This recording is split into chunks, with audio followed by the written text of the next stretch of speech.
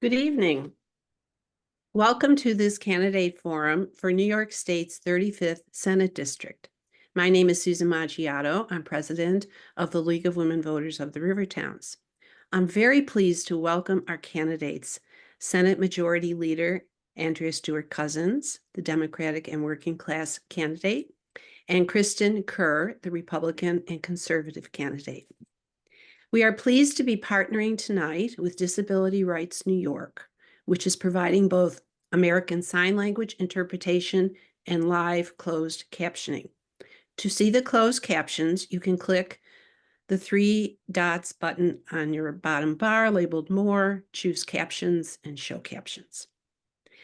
Tonight, we're going to begin with a statement from Lily Williams-Amin. We are delighted to have Lily here. She is a student member of our Rivertowns League. She's a senior at Dobbs Ferry High School, and she's going to tell you a little about the league and about herself. Lily? Thank you. So since 1920, the League of Women Voters has been a nonpartisan grassroots organization working to protect and expand voting rights and ensure everyone is represented in our democracy. We empower voters and defend democracy through advocacy, education, and litigation at the local, state, and national levels. The League does not support or oppose candidates or political parties. The League is fully committed to ensure compliance in principle and in practice with the national organization's diversity, equity, and inclusion policy. Membership is open to everyone 16 years of age or older. I joined the League of Women Voters upon representing the Rivertowns at the League's annual Students Inside Albany conference. There, I met with Senate leaders and engaged with like-minded peers.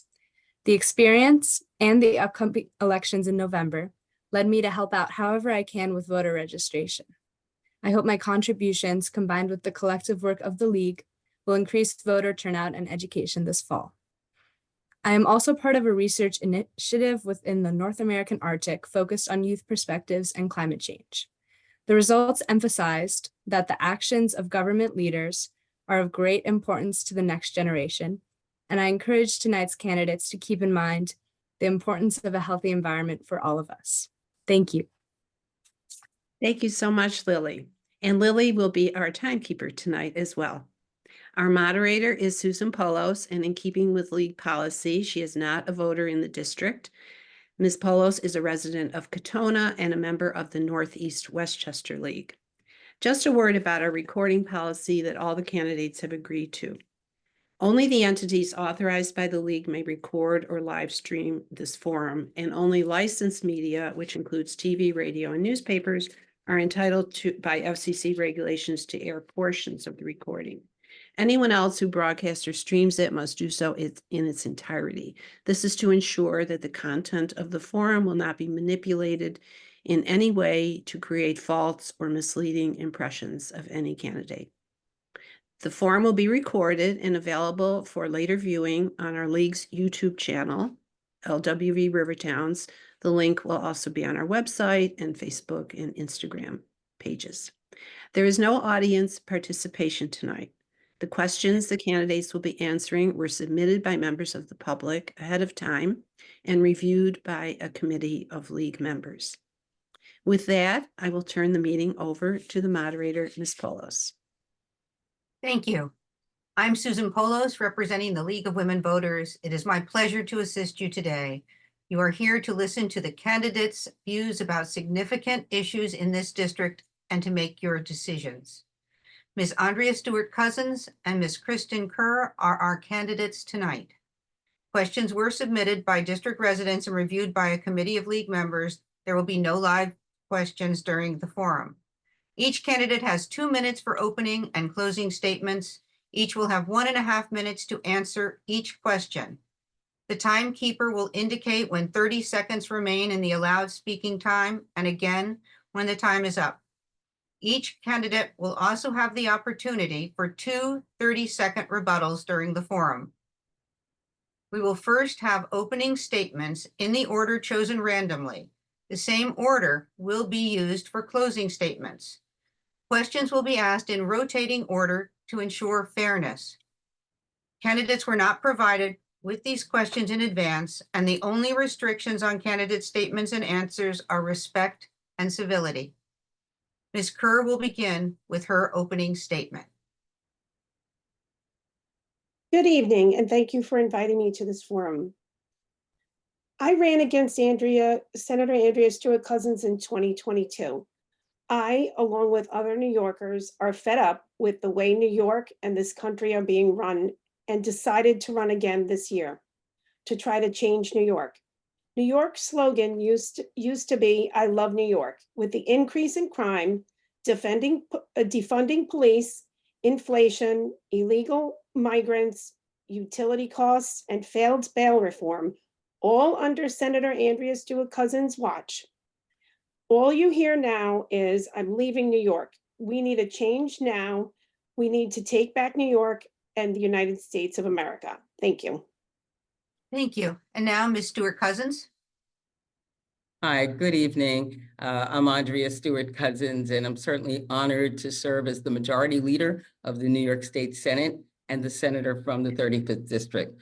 For those who may not know me, I began my public service right here in Westchester County. Before entering public service, I spent 13 years in the Bell system and AT&T. I was a journalist for Gannett newspapers. I taught in the Yonkers public schools. I managed personnel, and it was the desegregation case in Yonkers that really brought me into public service. But before I begin the discussion, I want to thank the League of Women Voters for your partnership. I really want to thank you for hosting tonight's debate. And I want to say that Lily is a pleasure. Was really happy to have her in Albany.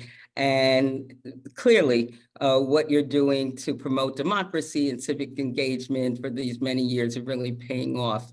I'm proud to be the first woman and certainly the first African-American woman to hold the title of Senate Majority Leader, or frankly, to lead any conference in the state of New York.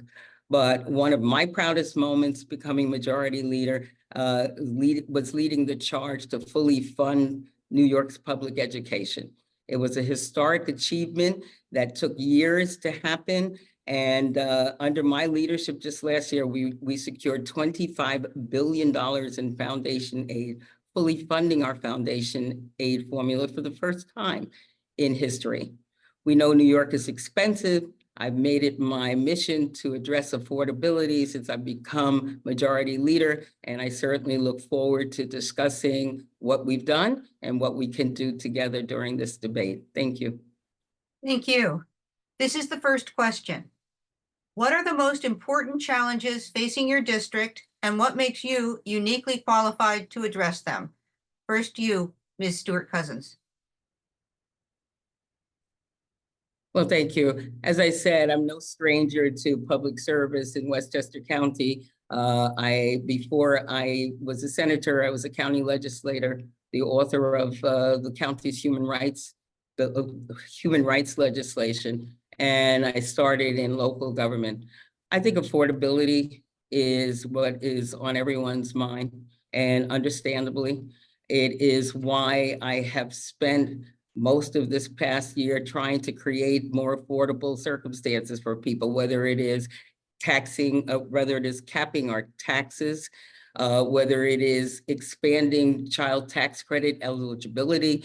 Just this past summer, not only did we expand eligibility so that it would be for ages 4 and under, this year, we were able to give $350 million in supplements for people who are raising kids.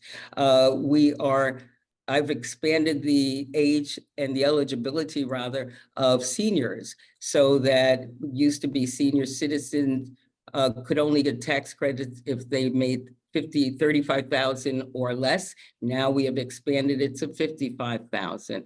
We have found over and over again that when we attack, whether it's the cost of living, whether it's creating pre-K now so that that burden of childcare is off of parents sooner than later, we have found that when we did our housing package, not only did we find ways to alleviate some of the stresses around rent, certainly around COVID, but we've also advanced legislation that would allow. Thank you.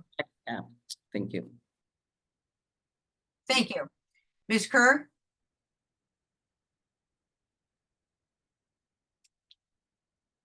You're on mute. Yes, here.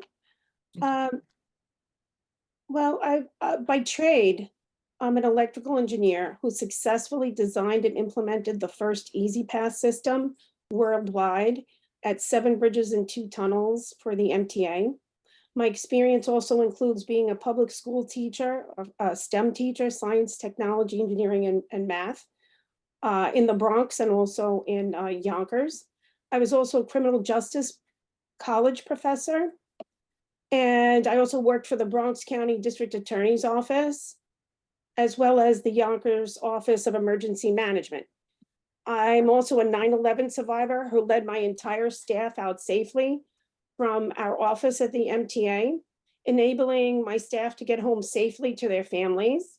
After 9/11, I worked with local, state, and federal organizations to develop contingency plans for New York State. I believe I have the experience, the knowledge, and the passion to get the job done and make New York great again. Leadership should be by the people and for the people, not against the people. I think the biggest issues that are facing my district is affordability. People can't afford basic living expenses, even on their, a lot of people have to work 2 jobs. Energy costs are out of control. With there's increased crime, and with the unlimited influx of migrants, there's no housing. Talk about affordable housing. There is none anymore. The shelters are crowded. And in fact, Mayor Adams just. Thank you. I'm trying to, when it says stop, I'm trying to let each of you finish the sentences, but the sentences are very long. So let's look at the stop. Thank you. I'm going to ask the second question, and Ms. Kerr, you'll answer this one first. What would be your top 3 legislative priorities if elected to the Senate representing this district? My first priority would be to fix bail reform. Right now, there's the discretion has been taken away from our judges, and they're no longer given the discretion to decide whether someone's eligible for pretrial detention or for bail. And the second thing would be to try and encourage New York State to no longer be a sanctuary state. I think the governor, this is something that Mayor Adams has even discussed, but we don't have any more resources. In the 2025 budget for New York State, there's $2.4 billion allocated to migrants. And we don't have enough money for our veterans and senior citizens and those who are already facing issues with housing and paying their bills. The third thing is energy costs. I would make sure that energy companies such as Con Edison their rates were capped. I also think that we currently should offer solar panels to more businesses and more residents so that we can help with the power needs of New York State. I also feel that Indian power plant should be reopened. Thank you. Thank you very much. Thank you. Same question, Ms. Stewart-Cousins. Yes, thank you. As I said, certainly continuing to work on affordability.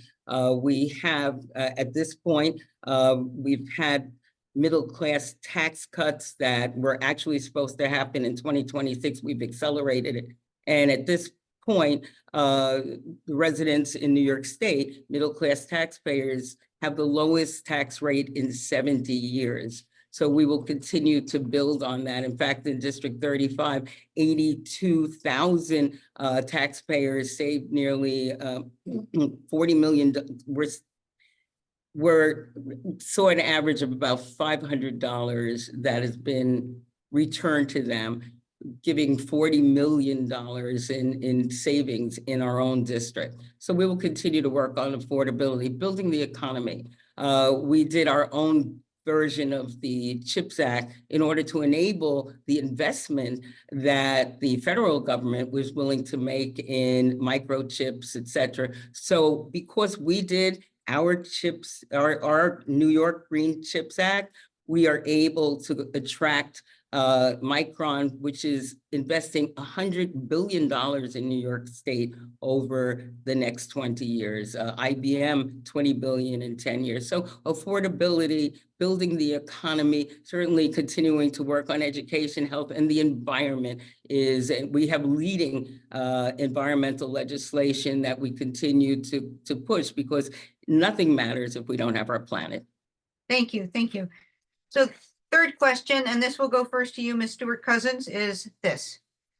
New Yorkers will be voting on Prop 1, the Equal Rights Amendment, in the upcoming election, which will strengthen protections against discrimination that are already in New York State law by adding them to the Constitution. These include age, disability, ethnicity, or national origin, and sex. Prop 1 protects abortion rights and access to birth control and IVF. What is your stand on this proposal? Thank you. My stand is vote yes on Prop 1.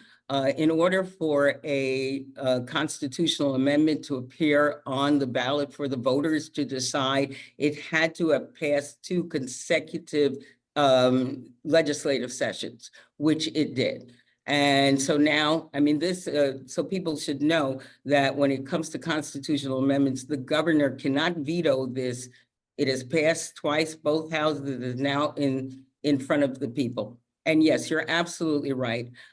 What this will do is protect our right to abortion, in addition to updating the constitutional protections that we have in New York State. Right now, we are protected by race, color, creed, and that is it.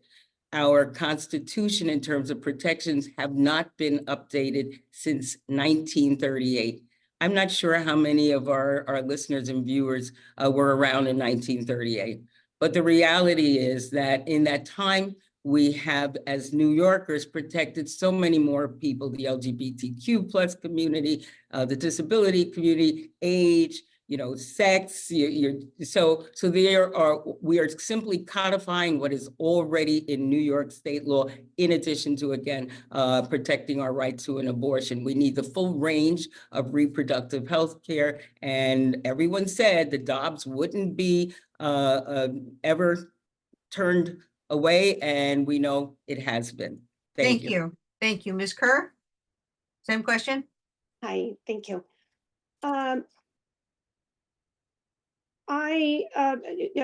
The Equal Rights Amendment actually takes away parents' rights, and children if they elect to do certain surgeries, they don't have to get their parents' permission. So I pose to you, would you allow a 10-year-old to buy alcohol? Would you allow a 10-year-old to buy cigarettes? Would you allow a 10-year-old to vote? Would you allow a 10-year-old to drive a vehicle and get a driver's license? So why would you allow a 10-year-old to make a mature decision, such as removing their genitals? You don't have to go by what I say. I've spoken to attorney Tricia Lindsay, who's running for New York State Senate, and also attorney Bobby Ann Cox. They explained these laws to me, or pardon me, they explained to me a proposed amendment to the New York State Constitution. If it doesn't, and a child could ask to get an abortion at an age of as soon as she would be allowed to, I mean, not allowed, but as soon as she would be able to physically be able to get pregnant without Thank you. parental. Thank you. Do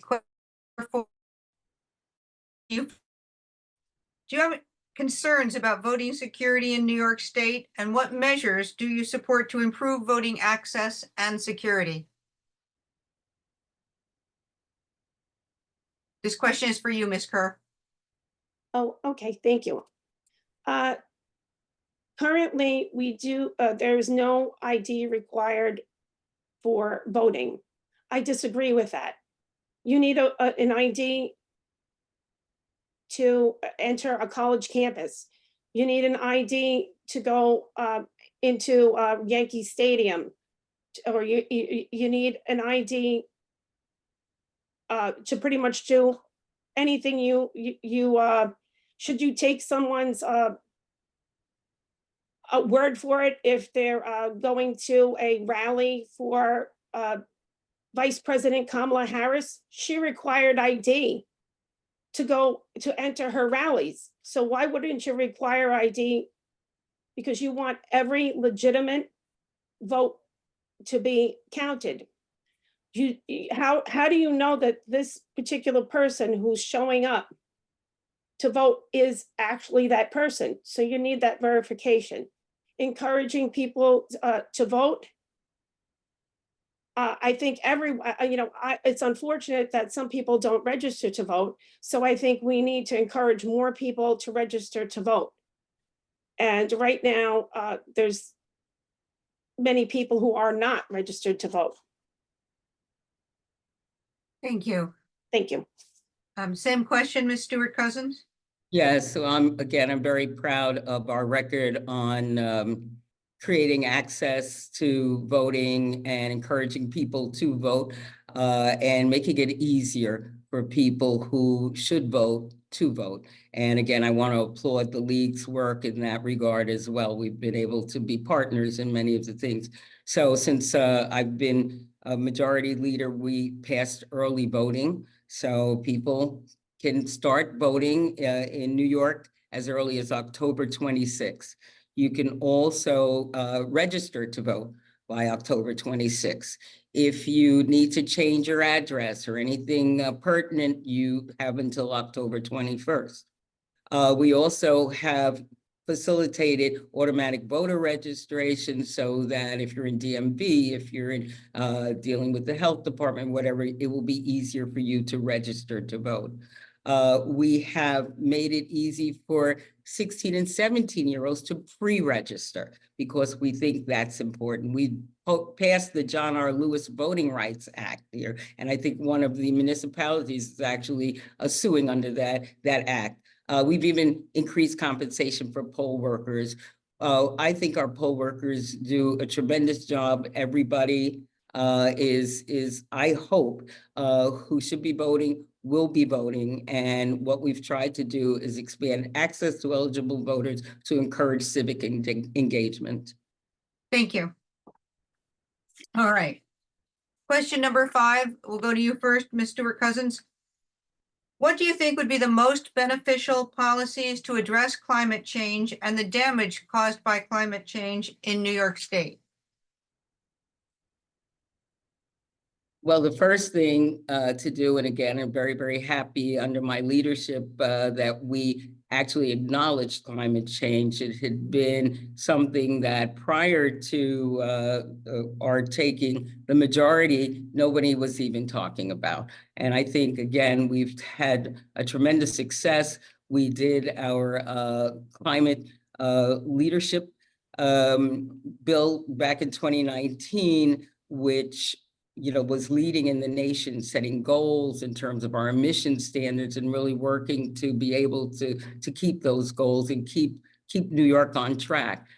Just this past last year, we had a $4.2 billion bond that the people voted on and passed that will help us in terms of our infrastructure, our resilience, dealing with runoff and sewers and all the kinds of things that we know happen in these, 100-year storms that seem to be happening over and over again. The Clean Water Infrastructure Act, $500 million investment in clean water. We continue with our Environmental Protection Fund. We restored in the governor's budget $400 million for that.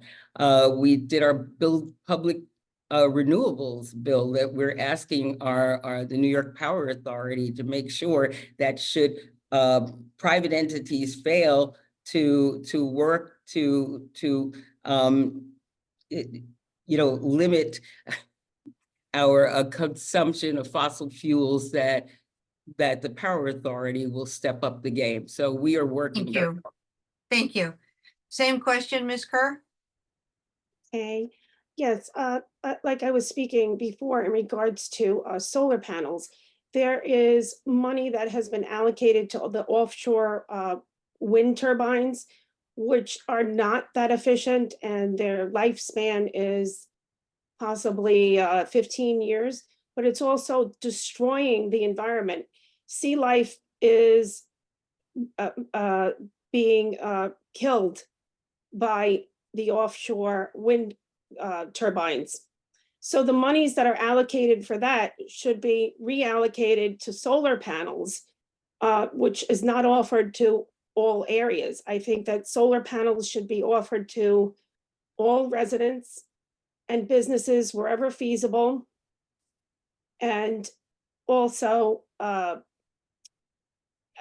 Indian Power Plant should be reopened. It's clean nuclear energy. Governor Newsom in California is building additional power plants because it's clean energy. I think that there's other things such as more telecommuting, working from home should be encouraged. So wherever feasible, so that we're not using our vehicles to go into work. Carpooling should be encouraged. There's so many other things that can be done to help save the environment. Thank you. Thank you. All right, the next question will go to you first, Ms. Kerr.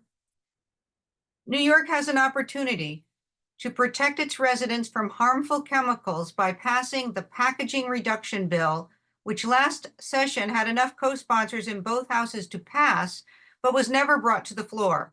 Will you support this bill and work to have it come to a vote? Absolutely.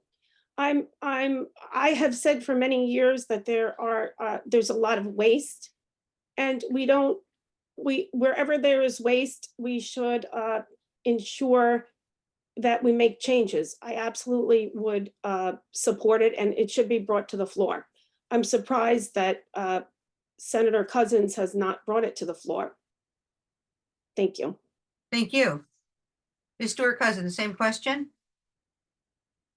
Yes, again, as I said, the amazing things that we have done in terms of the environment, I think is something that we are all very, very proud of. And Senator Harckham, who is the chair of my environmental committee, has worked extremely hard to figure out ways in which we could get this done. And we continue to move in a very, very positive direction to be able to get this bill passed. I mean, obviously, it's easy to say this should happen and this shouldn't happen, but it is, as you know, a process that involves myriad stakeholders.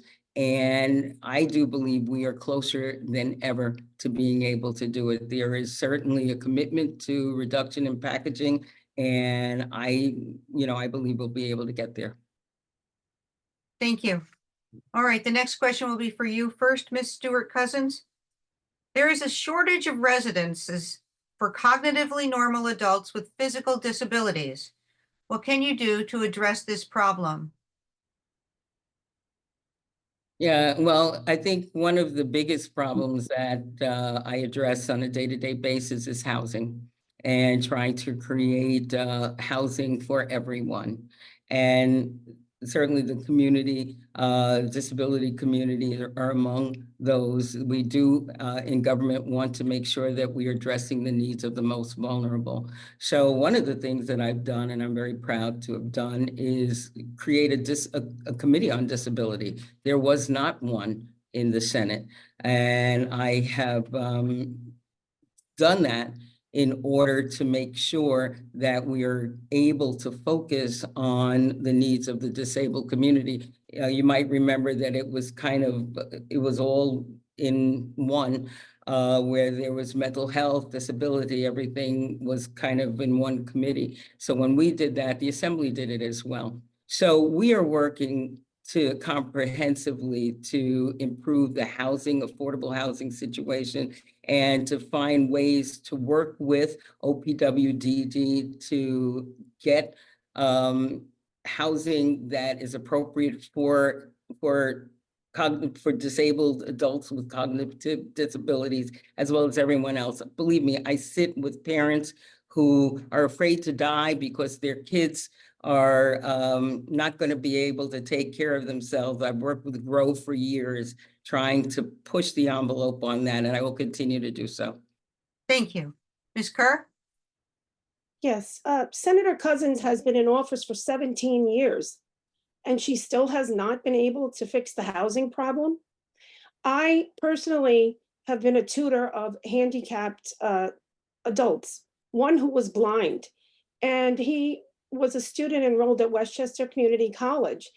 And the school, along with eateries, did not have, like when we used to go to the cafeteria, no one was helping him to get a drink from the vending machines. So he would just do things potluck. But I think there's a lot of things that Senator Cousins could have already done, including some businesses like Amazon, who just came to our district. They didn't build any housing, to the best of my knowledge, for their employees. What if they have employees who are handicapped? Why wasn't it considered or even suggested to Amazon to build some housing for their employees? I don't see any. I see in this district mostly car dealerships and storage facilities being built. I don't see a lot of housing for residents, particularly handicapped residents. So I don't know, if you haven't done something in 17 years, Senator Cousins, when are you going to do it? Thank you. Thank you. Okay, the next question is also about housing, and we'll go to you too, Ms. Kerr. Finding affordable housing in the district is a serious problem for many people. What ideas do you have to create more affordable housing while protecting both renters and landlords? Well, the biggest issue we have in New York State and in our district is the unlimited influx of illegal migrants.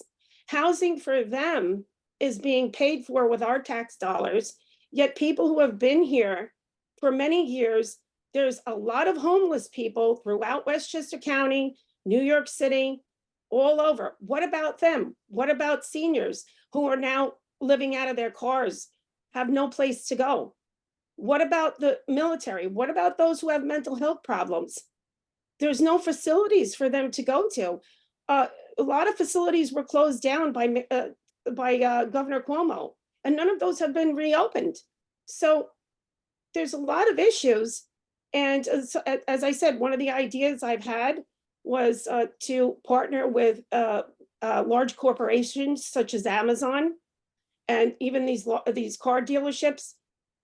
You know, why don't I've had postal workers who say to me that they can't afford to live in neighborhoods where they deliver the mail. Why isn't the government providing affordable housing options for their own employees wherever feasible? I don't understand why none of this has come across any thoughts of Senator Cousins, again, being in office for 17 years. Every year, I'm going to do this, I'm going to do that. I hear her again. What has she accomplished besides the unlimited influx of migrants? Thank you. And no, Ms. Stewart-Cousins? Yes, thank you. In this last budget, there was $50 million in legal services to help protect tenants and stay in their homes. There's $40 million for the homeowner protection program, which helps homeowners who are facing losing their homes and giving them mortgage counseling and other legal assistance.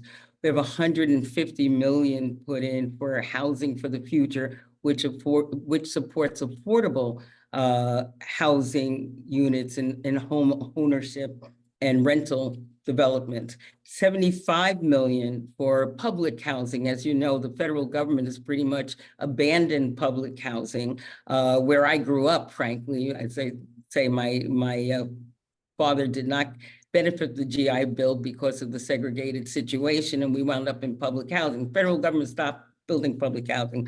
We support 75 million for public housing outside of New York City.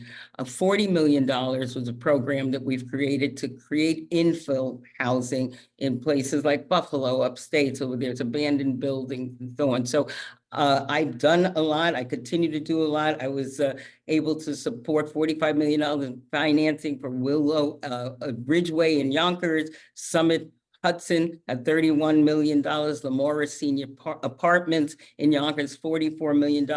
We created the good cause ability. Thank you. Thank you. We're going to have a different topic now, and you will be the first to answer this, Ms. Stewart-Cousins.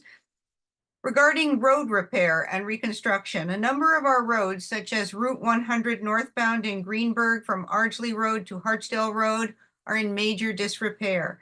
Will you fight for an increase in funds for road resurfacing and reconstruction? How high a priority is that? It is a very high priority. I am working with local municipalities, with mayors from my villages on Route 9A. I've worked with Paul Feiner in terms of Hartsdale Avenue and building sidewalks. So I have really stepped up and have asked DOT to step up and create more and quicker roads. I mean, unfortunately, DOT has a statewide system, and then they have a regional system, and they rate roads in different ways depending upon the level of disrepair. I have pushed them, I brought them to the table, and continue to do so. We have increased funding for CHIPS, which is the area that handles road repaving and bridges. The governor cuts it every time. We restore the money, and then we fight for where it gets done. I'm happy to say that I've been able to attack many of these places. I know we still need Dobbs Ferry Road, Knollwood Road. I mean, and I will continue to bring, again, resources, DOT, my own ability to bring capital to make sure that we do as much as we can to rebuild the roads. But I said, it is a statewide issue. It's not just ours, but I will continue to fight for more money. Thank you. Ms. Kerr? Yes. 9A from Elmsford to Ardsley has been in disrepair for many years. Yet again, I'll say, Senator Cousins has been in office for 17 years. When is it going to be fixed? If it hasn't been fixed now, you think it's going to start next year? This constant finger pointing. She's the majority leader of the Senate. She's the second most powerful woman in New York State. There's no excuses for not having this fixed. I have spoken to other elected officials in Westchester County, and it appears that things are done piecemeal. So in other words, wherever their district is, they're concerned generally about the voters in their district. Instead of doing all of New York State, all Westchester County, all the way up to Albany, they just do pieces here and there. There's other things that can be done. We're talking about the environment also. There should be more lighting on our parkways and highways in New York State. It'll prevent more accidents, especially with deer and wildlife. So there's a lot of things that should be done, and things should be done parallel. For example, with our bad storms and flooding, wherever possible. And Paul Feiner is one of the ones who has a pilot program in Hartsdale now with putting power lines under the ground. Wherever feasible, that should be done. It's not going to be you can't do it everywhere, but Thank you. you can. Thank you. All right, question number 10. This will go to you first, Ms. Kerr. The MTA is losing revenue due to fare beating in New York City by their estimate, $690 million in 2023. Price coming short and address the fare beating issue. Okay, well, part of the problem is that people are not required to pay the fare anymore on buses. The orders that bus drivers have gotten, because I've spoken to them, is not to challenge anyone. So of course we're going to have, they're afraid of being assaulted. This goes back to there's little to no consequences for people committing crimes, which is why crime is out of control. So, you know, they're afraid of being, and mind you, there's cameras and audio on every bus. And also the same thing, fare beaters in the subways. Of course, we're losing money because we're not enforcing this, but that's what happens when you have little to no consequences for misdemeanors and people continue to do it. So one of the things we have to do is also look at all of the waste that we have. Where is, you know, our wasteful spending being used? I know that the municipalities, they don't even know where some of the money is going. It's being collected, let's say, for example, in Yonkers. The mayor Mike Spano and the city council will tell you this. They're collecting revenue in Yonkers. It's going up to Albany and not coming back. So if MTA needs more money, I don't know. There's probably revenue somewhere. I know there's about $6 billion that are going to migrants. Thank you. Thank you. Ms. Stewart-Cousins?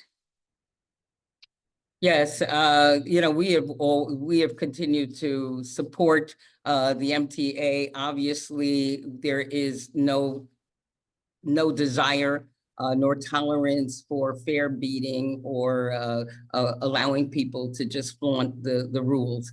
And I know there has been more aggressive action. We talked about it during the budget, and we've worked to put some systems in place, quite frankly, so that some of that money will be retrieved and people will be discouraged. The other problem that we were having too is people obscuring their license plates so that it can't even be properly read when they go through the sensors with the different pole positions. And so now that is something that is part of what we're doing to crack down on people trying to beat fares, trying to beat tolls, as we continue collectively as a state to support the MTA. We support our police force.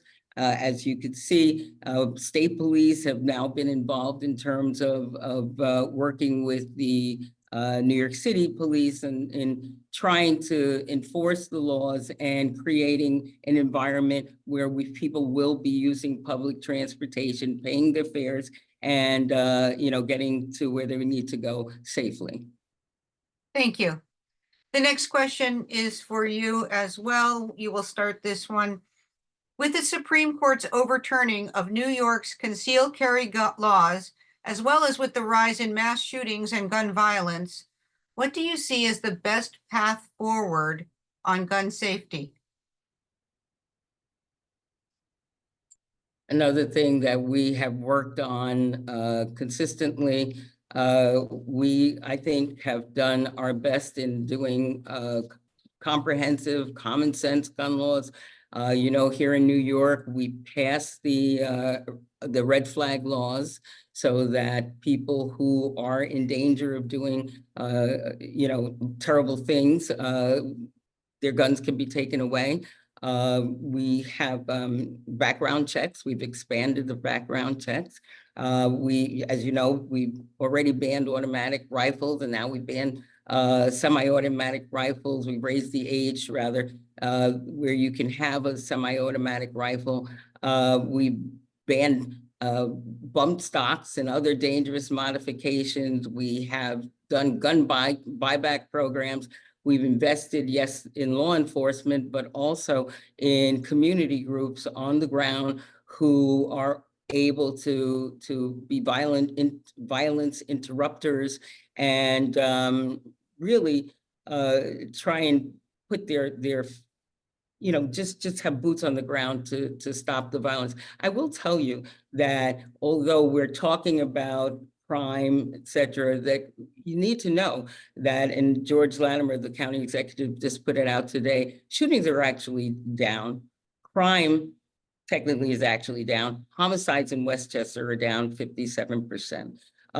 In Yonkers, they're down as well. So we're working, but also crime is coming down. Thank you. Ms. Kerr? Yes, I think the issue is that we're focusing too much on legal gun owners. The problem is those who are using guns illegally. The penalties should be stiffer for and increased for that. And you also are saying that you're funding the police.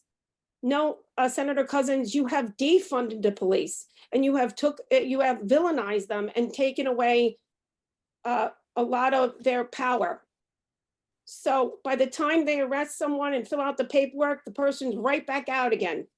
So if there are issues, and I think that there should be, as I said, more penalties for illegal gun owners, people who possess guns illegally.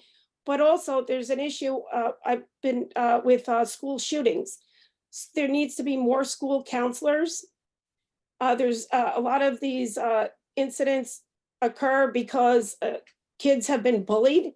And I think that in a lot of cases, they're not taken seriously. Also, crime is out of control. You want to say that it's down, whatever your statistics say. I know from people, if you look on nextdoor.com, just talking to my neighbors, myself, just walking in my neighborhood is not safe anymore. 3 times I live in Elmsford, 3 times someone has tried to enter my backyard, and I have 2 dogs. I've never had this before. Thank you. Thank you. Hello, I'd like to rebut. Rebuttal? Okay. Yes. Crime, according to every statistic in the state, in the county, and even locally, is down. And I did not defund the police. That is absolutely not true.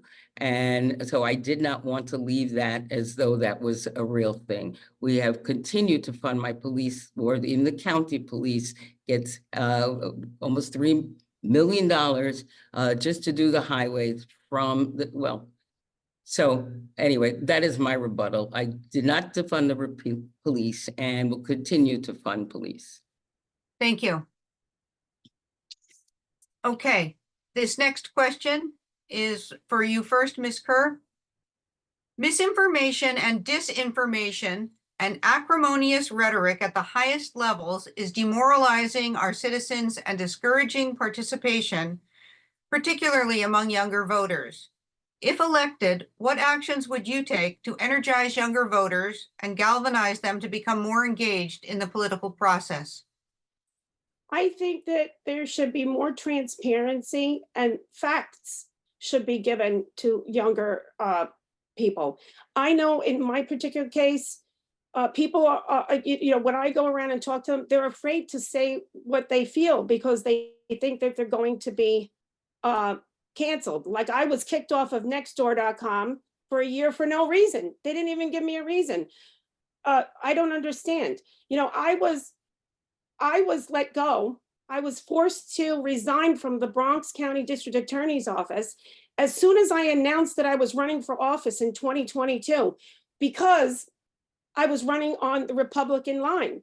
I don't know, I never had any issues with the Bronx County District Attorney's Office. I love the DA. I love my bosses, love my co-workers and my colleagues. Why was I asked to resign right after I announced that I was running against New York City policy? I wonder if Senator Cousins had made a phone call to Darcel Clark to ask me to resign.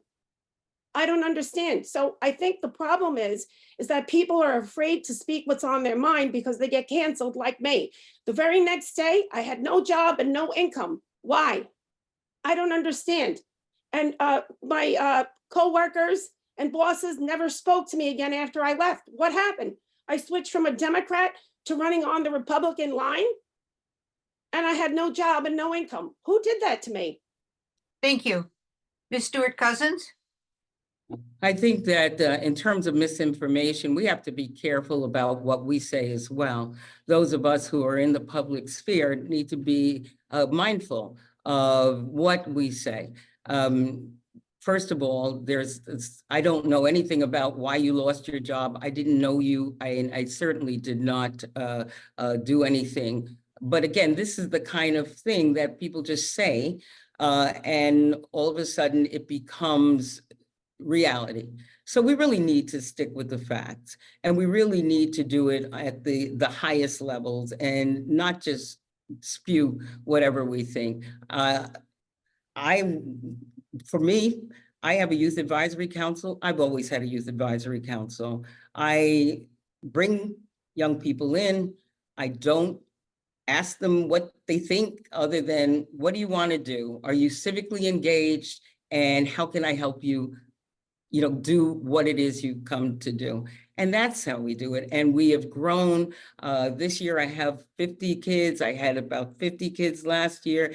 And that's what happens. You engage them, just like the league engages them, and you educate them, and you let them find out from themselves how to determine truth from fiction, and not repeat things just because somebody told you something and it sounds good to you. I do believe that we who are in the public sphere have a responsibility to be at a higher level. Thank you. Thank you so much. And this is the last question. It will go first to you, Ms. Stewart-Cousins. Many have suggested that New York's foundation aid formula for school funding needs a complete overhaul. Do you believe the current formula supports a sound education for all New York students? What proposals would you make, if any, to improve support for schools? Thank you. One of the reasons that I ran for Senate was because of the school funding issue. Just a bit of history, the Campaign for Fiscal Equity was a lawsuit that was brought by parents, and it's probably over 30 years ago, saying that some of the poorest school districts were not receiving the funding that other school districts got. And the courts found that to be true, and went to the highest court. And because the politicians at the time did not wish to fund the schools, the money that they owed, they did not. And that was in the tune of billions of dollars. One of the proudest moments, as I said in my opening, was being able to fund finally the education formula fully, and get schools where they needed to be. But that's a 30-year-old plus problem that we were able to solve. The reality was there was no formula before. It was basically who represented you, and that's how you got the money. The formula only happened in 2007. It was flawed at the time. It's gone on now for 17 years. There is a task force, a group that's being headed by the Rockefeller Institute that is looking at the funding formula. I was able to stop what the governor wanted to do to take away hold harmless, which would have hurt over half of the school districts in the state. But there is going to be a collective effort to take a look at what's needed and do the right thing. Thank you. Ms. Kerr? Yes, just like Senator Cousins said, this started in 2007. Andrea Stewart-Cousins has been in office for 17 years. Yonkers has been pleading with her to change the formula. She hasn't done it. When is she going to do it? Again, the same thing. Next year, I seriously doubt it. I don't think help is ever coming. I think there's empty promises, and the school children are suffering. New York City gets most of the money, and it's just not fair. I had to speak on behalf of the Senate district before her and other senators for the budget, because they had cut the funding for schools. And I was one of the ones who was very vocal about this, and so was Paul Feiner. This comes up every single year. This year, I'm running against Andrea Stewart-Cousins, so voters have a choice. No one has run against her other than me in 2022 since 2014. So I think it's time. If she wants to make the changes, why aren't you doing them now? The year's not over yet. Call a special session. I know that you're only in session from January to June, so you have from June until December to call special sessions. Call one on the formula if you feel before the election. Show that you really mean what you say. I think it's more false promises. I'm going to do this, I'm going to do that. And otherwise, there wouldn't have been cuts in the budget for 2025. Thank you. Thank you. I'd like a rebuttal. Absolutely. Once again, my opponent does not listen, I guess, to the facts. The reality is the governor presented a budget that cut the school funding. And as it was very clear when we hosted the forum where she spoke, we were to listen to people to talk about the governor's budget. Our budget restored that funding. $25 billion in foundation aid came to the budget, fully funding the formula for the second time. So we could pretend I didn't do it, but I did. Thank you. I would like a rebuttal. Okay. Here's the issue. The school budget was cut in large part because we needed all this money for migrants that are coming here. There's $2.4 billion on, if you look in the fiscal budget for 2025, it's pages 85 and 86, but there's more than that. So you have billions of dollars to give to migrants and you don't have money for school children. I don't understand that. And there's no end in sight. New York City cannot handle the amount of migrants that are coming here. And neither can Okay, we. thank you very much. We will now have our closing statements and they will be given in the same order as the opening statement. So you will have the first closing statement, Ms. Kerr. Thank you. Senator Andrea Stewart-Cousins hasn't made New York better. In fact, she has made things go from bad to worse. She promises to make better changes for New York and hasn't done so in the 17 years that she has been in office. She doesn't do interviews often because she doesn't want to have to defend her policies. Why do New Yorkers think that she's going to make changes now? If elected, I will not go to Albany just to fog a mirror and collect a paycheck. I will fight for New York and Westchester County. I will not just be a senator. I am a resident too. Policy doesn't affect just those who live in New York. It affects me too. I will make New York livable and sustainable again and make everyone say again, I love New York, and be proud to be New Yorkers again. Thank you. Thank you. Okay, Ms. Stewart-Cousins. Thank you very much. And it's really been an honor to serve my constituencies and to continue to fight for the things that I know they care about.